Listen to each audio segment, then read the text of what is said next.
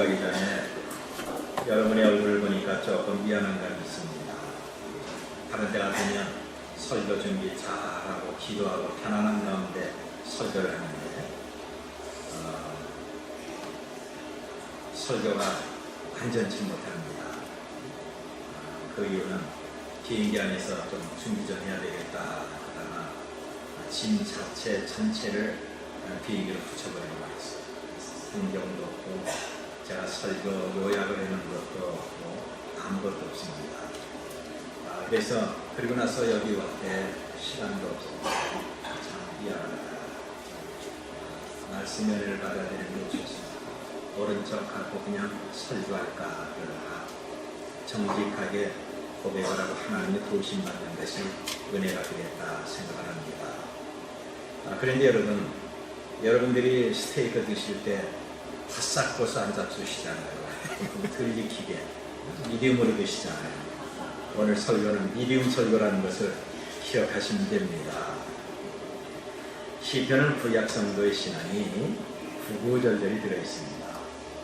과거 성도들의 실수와 허물, 그리고 눈물 흘린 회개와 용서, 또 여기에 대한 승리의 간증과 복을 받은 신앙 고백이 바로 시편 150편 전체에 있습니다.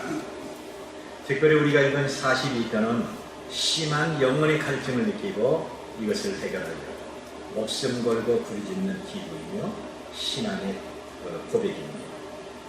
1절에서 4절을 보면 다윗의 영혼이 심령의 깊은 갈증으로 하나님을 애타게 찾는 모습입니다. 그리고 5절부터 11절은 고독과 어려움에서 오는 절망이고 하나님을 찾고 하나님을 의지하는 그런 모습을 보여주고 있습니다. 시편은 전부 5권으로 나누는데 42편은 2권의 첫 장입니다. 그런데 성경을 주의 깊게 살펴보면 42편부터 주 여호와 대신에 갑자기 하나님으로부터 하나님이란 말이 나오기 시작합니다. 그래서 42편부터 하나님장이라고 합니다. 1절을 보면 하나님이여 사슴이 시냇물을 찾기에 갈급함같이 내 영혼이 주를 찾기에 갈급하니이다 라고 했습니다. 여기 나오는 시냇물은 물의 근원입니다. 극심한 가뭄에도 마르지 않고 흐르는 물을 말합니다. 아무리 가물고 아무리 비가 오지 않아 그래서 물이 마르지 않고 줄지도 않는 그런 물이 본문에 나오는 시냇물. 그런데 여기에 사슴 한 마리가 있습니다. 사슴은 1년 중에 특별히 물을 많이 갈망하는 그런 시기가 있습니다. 그런데 사막에는 물이 흔하지 않습니다.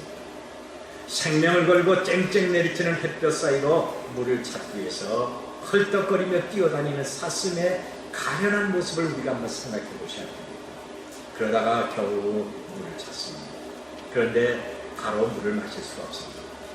왜냐하면 물가에는 항상 갈증을 느끼는 가축을 누리는 맹수가 숨어 있습니다. 그리고 사람들이 살고 있어서 물을 선뜻 마시지 못하고 멀리 서서 숨을 헐떡거리고 있습니다. 멀리서 물을 바라보다가 재빨리 달려가서 마시는 물이 얼마나 맛있을까요? 그런데 이 시편 기자의 영혼은 사슴이 시냇물 찾기에 갈급함보다 더 뜨겁게 하나님을 갈망하고 있는 것입니다. 여기서 갈급이라는 것은 조용히 사모하는 정도가 아니라 아주 숨을 헐떡거리며 소리를 내는 그리고 이 갈망하면서 적극적으로 찾는 그런 모습을 말하고 있습니다. 조용히 눈을 감고 명상하는 것이 아니라 굉장한 적극성을 갖고 하나님이 나와 함께하지 않으면 나는 죽을 수밖에 없다는 것을 밝히고 있는 겁니다. 오늘 본문은 고라자손의 작사하고 노래한 것으로 되어 있지만 이 다윗이 작사한 것을 고라자손이 작곡을 하고 노래한 것으로 많은 신학자들은 말하고 있습니다.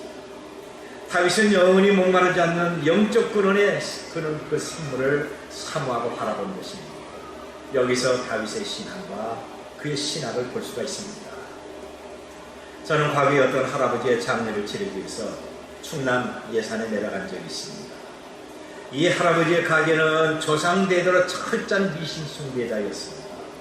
그런데 그런 집에 장남으로 태어나서 이 할아버지는 조상 5대까지 제사를 지내는 그런 분입니다. 제가 몇 번 신방 가고 예수님을 말할 때 그 할아버지는 굉장히 녹이 뗀 음성으로 야단을 많이 치셨습니다. 목사로서 그런 욕을 먹은 적은 또 처음입니다. 그런데 하나님은 그가 노안으로 병이 들자 마음의 문을 스그머니 열게 하셨습니다. 이때는 아무도 이 할아버지에게 전도하는 사람이 없습니다. 그만큼 완고하고 무성분했습니다. 전도하면 야단을 맞고 상소리 들을까봐 오히려 입을 다뭅니다. 자녀들도 회피에 있으며 제가 그 집에 몇 번 신방했어도 자녀들은 자기 아버지를 만나서 목사가 야단을 맞을까봐 아버지를 만나지 못하게 되거든요. 그런가 이 할아버지는 점점 미독해졌고 죽음이 임박했습니다. 어느 날 자녀가 그 며느리가 세탁을 하기 위해서 할아버지가 입던 옷 주머니를 만져보니까 꼬깃꼬깃 구겨진 어떤 종이 한 장이 있었습니다. 이것이 과연 무엇일까 자세히 살펴보니까 할아버지는 아무도 모르게 나름대로 주기도문을 적어가지고 암송하고 있었던 것입니다. 비록 주기도문의 순서가 틀렸지만 죽음을 앞두고 하나님을 찾는 그 갈급한 마음이 있었던 겁니다. 제가 자녀들의 연락을 받고 달려가서 임종하시는 할아버지에게 복음을 증거할 때에 아무런 저항 없이 그들을 받아들였습니다. 힘에 가는 의식 가운데서 할아버지 마지막으로 하신 말씀이 없으세요? 마지막으로 한마디 하셔야 됩니다. 그러니까 할아버지는 가쁜 숨을 몰아쉬면서 자녀들 보고 이렇게 말합니다. 얘들아, 내가 죽으면 조상의 신분 다 불태우고 제사 다 소멸하고 그리고 너희들은 이제부터 교회 나가고 예수님 믿고 그리고 잠시 후에 예수님 하면서 그는 숨을 걸었습니다. 이 할아버지의 마지막 말은 예수님 믿습니다. 여기에 하나님을 찾는 아주 갈급한 심령을 저는 볼 수가 있었습니다. 예수님이란 말에서 하나님께 자기 영혼을 내맡기는 안도감이 있었던 것입니다. 저는 제가 죽을 때 예수님을 찾을까? 아니면 세상에 누구를 찾을까? 아니면 원망하고 불평하면서 죽을까? 선뜻 겁이 납니다. 그래서 제가 죽을 때도 은혜스럽게 죽기 위해서 저는 기도하고 있는 겁니다. 여러분, 우리는 살든지 죽든지 하나님을 찾는 갈급함이 있어야 됩니다. 내가 먹든지 마시든지 하나님을 먼저 생각하는 신앙의 행위가 우리에게 있어야 됩니다. 사실 하나님을 생각하고 하나님을 갈망하는 그 자체가 이미 은혜입니다. 하나님의 은혜가 아니면 바로 내가 하나님을 갈망할 수가 없고 하나님의 은혜가 아니면 주님을 사모할 수가 없는 것입니다. 내가 기도하고 싶을 때 이미 하나님의 은혜가 나한테 임해서 기도하고 싶은 마음이 있는 것이고 내가 찬송할 때 하나님의 은혜가 내 마음을 이미 사로잡고 있는 것입니다. 내가 성경을 읽고 내가 봉사하고 전도하고 예배하는 마음과 모든 행위는 다 하나님의 은혜로 되는 것입니다. 오늘 우리가 하나님 앞에 예배하러 교회 온 것은 은혜가 아니면 될 수가 없습니다. 여러분, 내 힘으로 내 믿음으로 교회 나온 것 같지만 잡아 이끌지 아니하시면 아버지 앞에 나올 수가 없는 겁니다. 이런 맥락에서 오늘 교회 나오고 예배하는 우리 모두는 이미 은혜 받은 사람입니다. 우리는 하나님 은혜 그러면 너무 타선적이고 감각적으로만 생각합니다. 방언을 하고 몸을 흔들고 어떤 음성을 듣고 눈으로 무엇을 보고 아니면 마음에 어떤 뜨거움이 있어야 하나님의 은혜라고만 생각합니다. 그런데 여러분, 하나님을 갈망하는 그 자체가 이미 은혜라고 하는 겁니다. 그래서 내가 아는 것도 부족하고 내 인격도 모자라고 내가 정말 허물도 많고 내가 연약해도 오직 하나님을 바라볼 때 하나님이 내 생명이고 나의 전부임을 우리가 깨달을 수가 있는 것입니다. 이제 사슴이 신의 물을 찾기에 갈급함같이 하나님이 나의 전부가 되며 하나님의 임재와 축복과 사랑을 받기를 위해서 우리는 더 갈망해야 될 것입니다. 사람들은 돈이 있고 건강하고 대접을 받아 심령이 편안하고 성공하는 것 같지만 하나님을 찾는 진실하고 간절한 간구가 있어야 하나님의 은혜를 받고 평안할 수가 있는 것입니다. 시편 119편 131절 보니까 내가 주의 계명을 사모함으로 내가 입을 열고 헐떡였나이다 라고 했습니다. 시편 기자는 하나님의 말씀을 먹지 않으면 죽기 때문에 그가 살기 위하여 입을 열고 말씀을 먹으려고 헐떡였던 것입니다. 오늘 우리는 하나님의 말씀에 어느 정도의 갈급함이 있습니까? 우리는 바로 교회 와서 여러분들이 예비하며 이 시간에 목사의 설교를 듣고 있지만 여러분의 마음속에는 하나님의 은혜를 사모하는 갈증이 과연 어느 정도입니까? 죄를 고백할 때 소자야 내 죄사함을 받았느니라 하는 음성을 듣기 전까지는 절대로 일어나지 말아야 됩니다. 내가 기도하고 간구할 때 응답이 확신이 오기 전까지는 중단하지 말아야 되고, 하나님 앞에 감사할 때 내 심령이 찬송으로 깨지기 전까지는 우리는 중단하지 말아야 되는 거예요. 하나님이여, 사슴이 시냇물 찾기에 갈급한 같이 내 영혼이 주를 찾기에 갈급합니다. 여기 하나님이여 라고 하는 부르는 이 말 한마디가 우리의 심령을 뜨겁게 해주는 것입니다. 여러분, 하나님이여 하는 이 말 한마디가 의심과 어둠과 모든 고난과 인생 문제를 해결하며 새로운 힘을 주시는 것입니다. 하나님이여, 하나님이여. 2절 보면 내 영혼이 하나님 곧 살아계신 하나님을 간다하니 내가 어느 때 나가서 하나님 얼굴을 배울까라고 했습니다. 여기 말씀하신 하나님은 살아계신 하나님, 우리 아버지십니다. 나무나 돌로 사람이 만든 우상이 아니라 스스로 계시고 생명의 근원이 되시며 저와 여러분의 생사화복을 주장하시는 전능하신 아버지, 그리고 우리의 모든 삶을 자상하게 도와주는 전능하신 아버지입니다. 다윗은 살아계신 하나님 아버지를 뜨겁게 강단했습니다. 오늘 우리는 예비하면서 무엇을 얼마나 갈급해하고 있습니까? 오늘 이 시간에 여러분이 원하는 것은 과연 어떤 것입니까? 하나님 아버지는 살아계시기에 다윗은 보이지 않는 하나님을 보는 것처럼 하나님 아버지를 부르며 찾고 있는 것입니다. 하나님 아버지, 아버지. 여러분 많이 부르면 놀라운 일이 생깁니다. 한번 불러봅시다. 하나님 아버지. 이럴 때는 아주 매력 있게 불러야 하나님이 인격적인 하나님이라 감명받습니다. 하나님 아버지, 하나님 아버지, 저를 도와주세요. 이번 선교지에 가서 아버지 정말 많이 찾았어요. 아버지, 그러니까 주변에서 선교사님 한 분이 아버지 정말 많이 찾네요. 딴 사람은 주여 하나님 부르는데 아버지 정말 많이 찾네요. 그럴 수밖에 없습니다. 하나님도 전능하신 여호와예요. 그리고 굉장히 두렵고 또 엄숙하고 멀리 계신 분 같습니다. 그런데 아버지, 아빠, 아버지, 그 옆에 계시는 자상한 분이 아십니다. 제가 이것을 부르는 이유가 있습니다. 선교사님들에게 제가 저녁을 한번 내겠다. 그래서 한식집 가서 뭘 먹을까 그러다 김치찌개, 된장찌개 있어요. 그런 거 말고 삼겹살 먹자. 삼겹살 강하게 먹었습니다. 돈 걱정하지 마라. 우리 아버지 되게 부자다. 그리고 아버지가 나한테 카드 줬다. 걱정하지 마라. 이것만 있으면 된다. 한턱 먹고 목사님 잘 먹었습니다. 고맙습니다. 오실 때마다 이거 좀 해주세요. 그래서 좋다. 그리고 카드 딱 내고 싹 긁는데 안 긁어지는 거죠. 안 되네. 무슨 소리냐. 한국에서는 잘 됐는데 딴 데 가서 한번 해보라. 싹 긁더니 안 돼요. 옆에 호텔에서 긁었더니 호텔에도 안 돼요.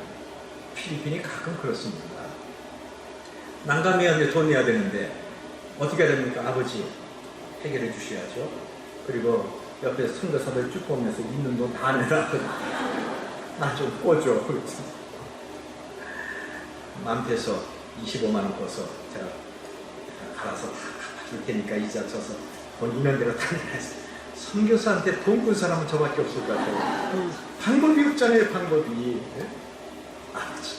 근데 그러냐 선교사 중에 한 분이 그러더라고요. 아버지 찾으니까 저 쓸 돈인데 그냥 목사님 드립니다.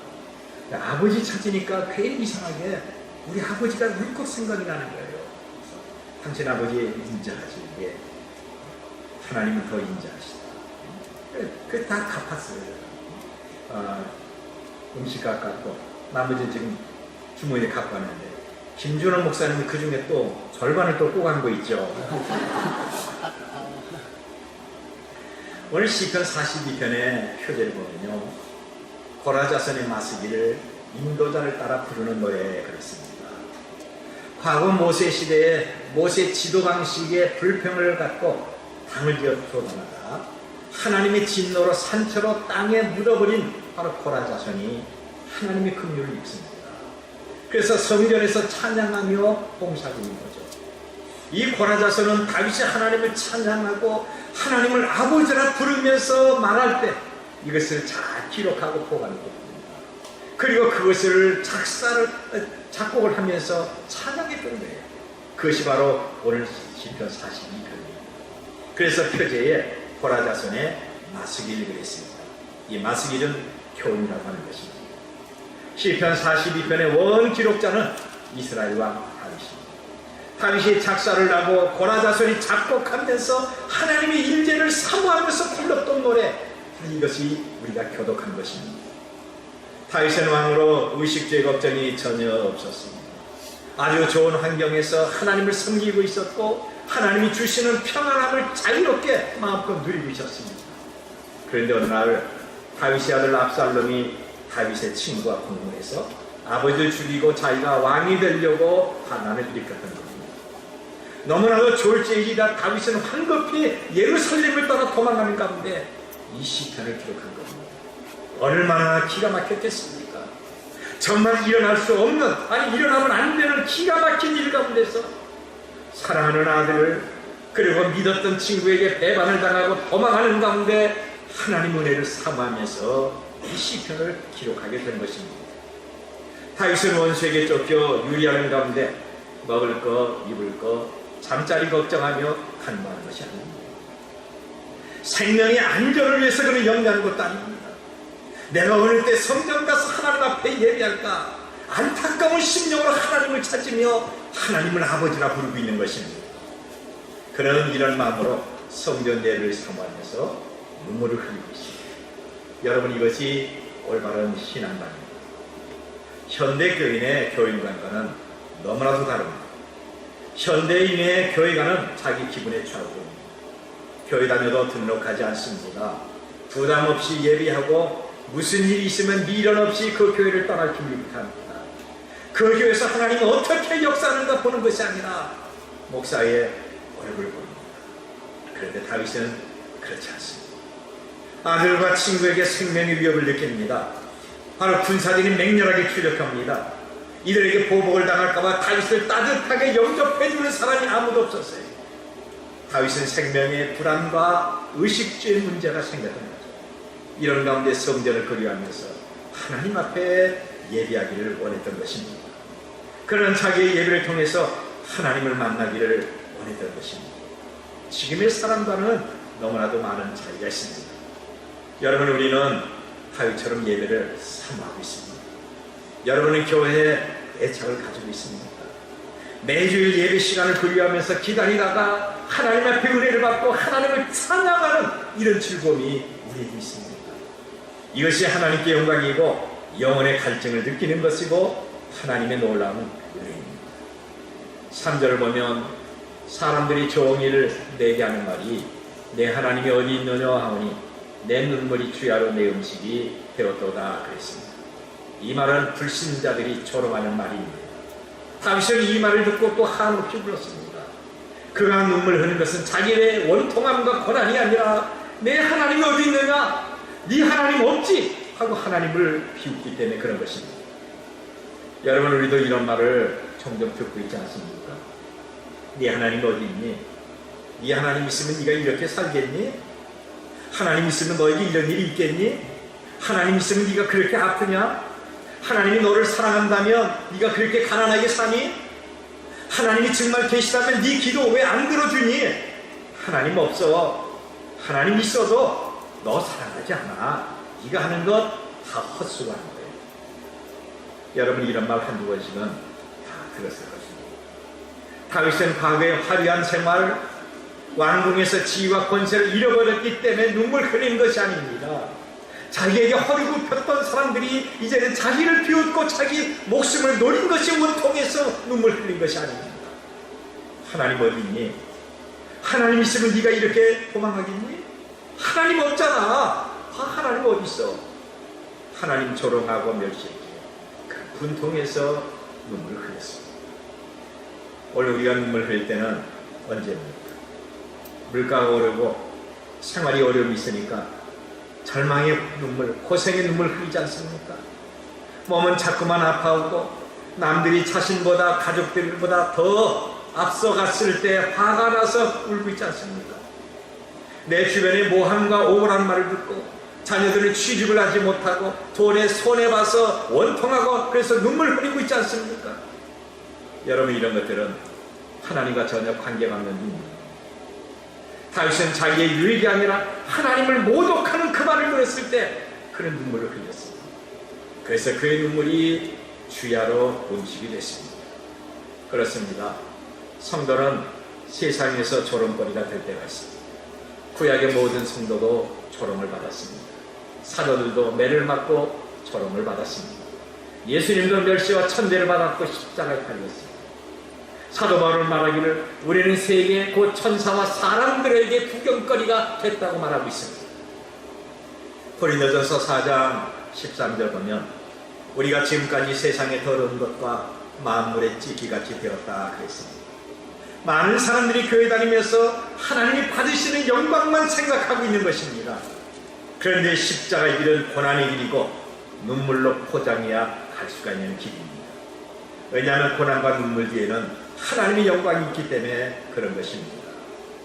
이 복음의 본질을 알지 못하거나 처음 믿는 사람들은 예수님을 믿고 교회 다니면 무조건 좋다고 하니까 그저 교회 생활이 피크닉이나 드라이브 정도로 생각합니다. 눈물과 슬픔, 고난과 비웃음이 우리들 앞에 있습니다. 내가 성령으로 충만해도 성공과 행복이 눈에 보이지 않습니다. 그래서 10년, 20년 믿고 참고 기다리고 있는 겁니다. 다윗은 하나님과 함께 사는 것이 제일의 기쁨이기에 왕위도 부귀 권세도 그리고 부귀 영화 명예도 다 잊어버리고 오직 하나님 은혜를 간구했던 것입니다. 어느 날 사도 바울은 안디옥 교회에게 편지하면서 항상 하나님의 은혜 가운데 있으라고 권면을 했습니다. 여러분, 하루하루가 내 뜻이 아니라 하나님을 사모하고 하나님의 은혜를 간구한다면 의에 줄이고 목마른 자가 돼서 하나님 앞에 더 배부를 수가 있다고 하는 것입니다. 5절 말씀 보면 내 영혼아 내가 어찌하여 낙심하며 어찌하여 내 속에서 불안해하는가? 너는 하나님께 소망을 두라. 그가 나타나 도우심으로 말미암아 내가 여전히 찬송하리라. 다윗은 이 고난을 어떻게 해결했습니까? 그는 이 어려움을 어떻게 해결했습니까? 하나님 앞에 소망을 놓던 것입니다. 하나님의 도우심을 사모하면서 기다립니다. 그러니까 결국 찬송이 터져나왔습니다. 시편 40편 1절 보면 내가 여호와를 기다렸더니 귀를 기울이사 나의 부르짖음을 들으셨도다 그랬습니다.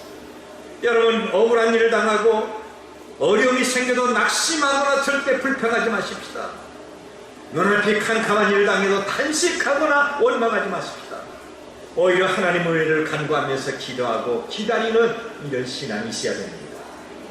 다윗은 다시 한번 힘주면서 반복하면서 강조합니다. 11절을 보면 내 영혼아 내가 어찌하여 낙심하며 어찌하여 내 속에서 불안해하는가? 너는 하나님께 소망을 두라. 나는 그가 나타나 도우심으로 말미암아 내 하나님을 여전히 찬송하리로다.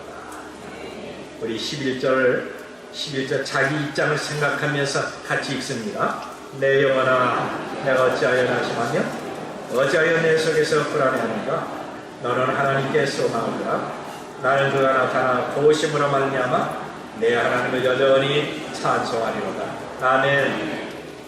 고난의 종인 욥이 말할 수 없는 엄청난 고난과 시련을 당할 때 하나님께 소망을 두고 기다렸더니 하나님의 은혜와 도우심과 함께 갑절의 복을 받았습니다. 야복은 야복 강가에서 복을 받기까지 중단하지 않고 기도했더니 마침내 이스라엘의 복을 받았습니다. 고넬료는 말씀과 은혜를 사모하면서 예수님을 만났더니 그의 집이 구원을 받고 성령으로 충만했습니다. 여러분, 절망이 있고 고난이 있을 때 내 힘으로 감당하기 어려운 일을 해결하는 유일한 방법은 사람이 이기는 것이 아니라 살아계신 성삼위 하나님께 소망을 두고 기도하고 있는 것입니다. 이사야서 40장 31절 보니 오직 여호와를 낭망하는 자는 새 힘을 얻으리니 독수리 날개치며 올라감 같을 것이요 다른 박질하여도 곤비하지 아니하고 걸어가도 피곤하지 아니하리로다 그랬습니다. 오늘 우리 교우들 어떤 어려움이 있습니까? 여러분 어떤 것을 사모하고 있습니까? 환난과 손해, 모함과 역경 가운데 내게 주실 은혜를 사모하고 하나님을 소망할 때 우리의 심령에는 마침내 은혜의 찬양이 터지는 것을 경험하게 될 것입니다. 영혼의 갈증을 느끼고 하나님을 사모할 때 우리의 탄식은 찬양으로 변합니다. 고난과 눈물은 영광의 면류관으로 하나님께서 해결해 주십니다. 그뿐 아니라 절망의 그림자는 환희의 역사로 충만하게 될 것입니다. 오늘의 예배와 사모하는 믿음과 기도가 하나님의 선하신 손길을, 축복의 손길을 확실하게 경험하는 우리 모두가 되시기를 바랍니다.